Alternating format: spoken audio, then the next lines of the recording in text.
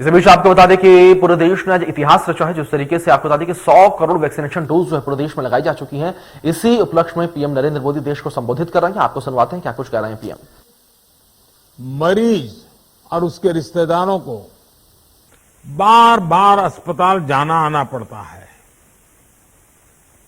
कभी कभी डॉक्टर से सलाह, कभी कोई जांच, कभी रेडियोथेरेपी, कभी कीमोथेरेपी। ऐसे में बहुत बड़ी दिक्कत उन्हें ये होती है कि रुके कहां, ठहरे कहां। अब नेशनल कैंसर इंस्टीट्यूट में आने वाले मरीजों की ये तकलीफ काफी कम हो जाएगी। खासतौर पर हरियाणा के लोग, दिल्ली और आसपास के लोग, उत्तराखंड के लोग, इन सबको इससे बहुत बड़ी मदद मिलेगी। साथियों, इस बार लाल किले से मैंने एक बात कही थी। मैंने कहा था सबका प्रयास। ये सबका प्रयास की जो बात कही थी, कोई भी सेक्टर हो, जैसे ही उसमें सामूहिक शक्ति जुटती है, सबका प्रयास नजर आने लगता है, तो परिवर्तन की गति भी बढ़ जाती है।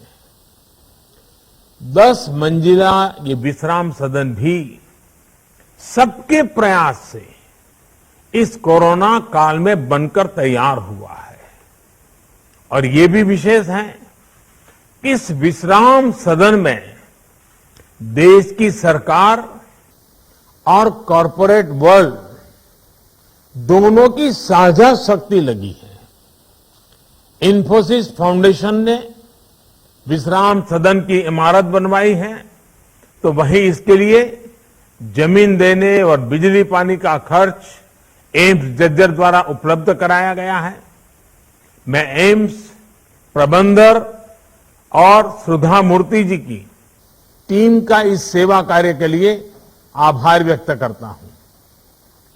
सुधा जी का व्यक्तित्व जितना विनम्र है, सहज सरल है, उतनी ही वो गरीबों के प्रति करुणा से भरी हुई है।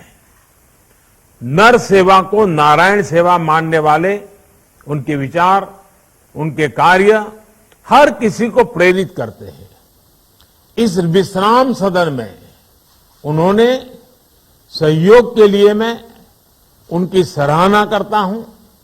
साथियों, भारत के कॉरपोरेट सेक्टर ने, प्राइवेट सेक्टर ने, सामाजिक संगठनों ने निरंतर देश की स्वास्थ्य सेवाओं को मजबूत करने में अपना योगदान दिया है।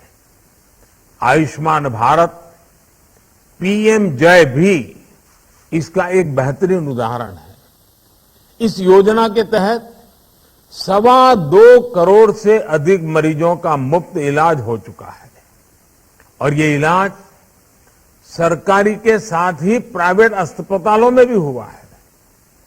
आयुष्मान योजना से जो देश के हजारों अस्पताल जुड़े हैं, उनमें से लगभग 10,000 प्राइवेट सेक्टर के ही हैं।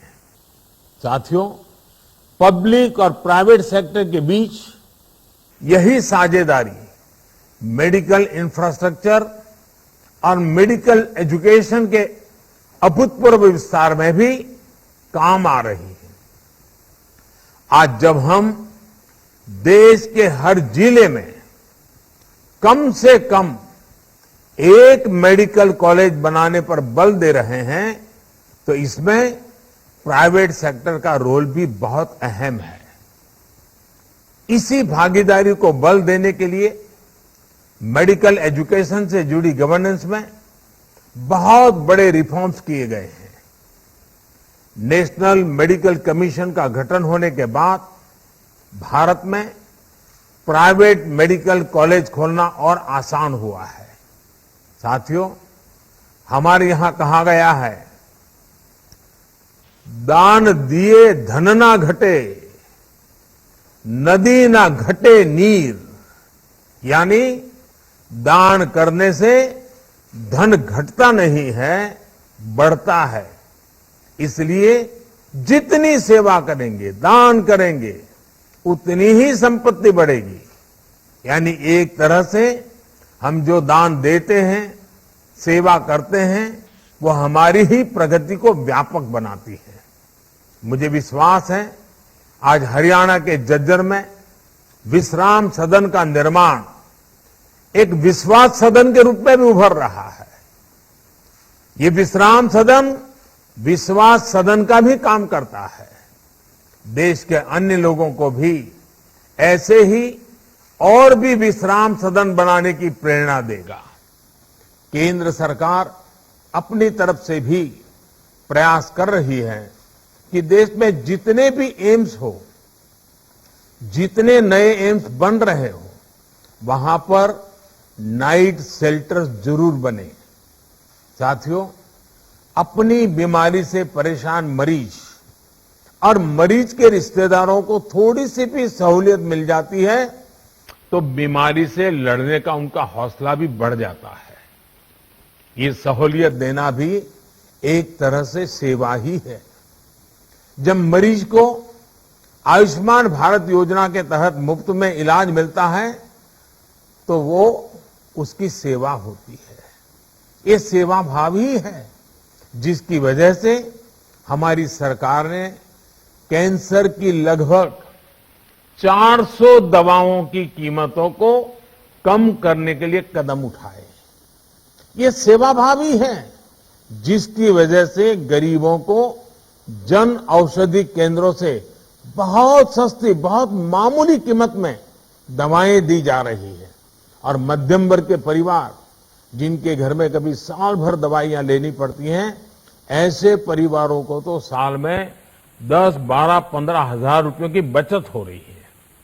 अस्पतालों में हर प्रकार की जरूरी सुविधाएं मिले, अपार्टमेंट सरल और सुविधाजनक हो, अपॉइंटमेंट में कोई कठिनाई ना हो, इस पर भी बहुत ध्यान दिया जा रहा है।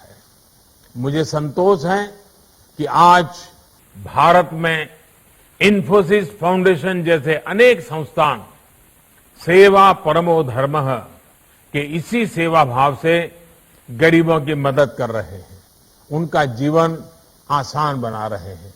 और जैसा अभी सुधा जी ने बड़े विस्तार से पत्रम पुष्पम की बात कही, और मैं समझता हूं सभी देशवासियों का ये कर्तव्य बनता है कि जीवन में जब भी जहां कोई न कोई पुष्प सेवा के भाव से समर्पित करने का अवसर मिले, हमने कभी भी इस अवसर को जाने नहीं देना चाहिए।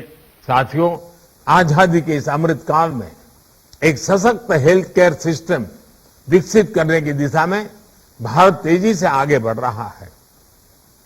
गांव गांव तक फैले हेल्थ एंड वेलनेस सेंटर, ई संजीवनी द्वारा टेलीमेडिसिन की सुविधा, हेल्थ सेक्टर में ह्यूमन रिसोर्स डेवलपमेंट, नए मेडिकल संस्थानों का निर्माण, देश के कोने कोने में इससे जुड़ा काम चल रहा है। ये संकल्प निश्चित रूप से बहुत बड़ा है, लेकिन अगर समाज और सरकार की पूरी ताकत लगेगी तो हम लक्ष्य को बहुत जल्द ही हासिल कर पाएंगे। आपको ध्यान होगा, कुछ समय पहले एक इनोवेटिव पहल हुई थी, सेल्फ फॉर सोसाइटी। इससे जुड़कर हजारों संस्थान और लाखों लोग समाज के हित में अपना योगदान दे रहे हैं। भविष्य में हमें अपने प्रयासों को और संगठित तरीके से आगे बढ़ाना है, ज्यादा से ज्यादा लोगों को जोड़ना है, जागरूकता बढ़ानी है। आजादी के अमृत काल में एक हेल्दी और वेल्दी फ्यूचर के लिए हम सभी को मिलकर काम करते रहना होगा, और ये सबके प्रयास से ही होगा, समाज की सामूहिक शक्ति से ही होगा। मैं एक बार फिर सुधा जी, इन्फोसिस फाउंडेशन का आभार व्यक्त करते हुए, मैं आज जब हरियाणा की धरती के लोगों से बात कर रहा हूं तो मैं जरूर कुछ और भी बात बताना चाहता हूं। मेरा सौभाग्य रहा है, मुझे हरियाणा से बहुत कुछ सीखने को मिला है। जीवन का एक लंबा कालखंड मुझे हरियाणा में काम करने का मौका मिला है। मैंने वहां बहुत सरकारों को निकट से देखा है।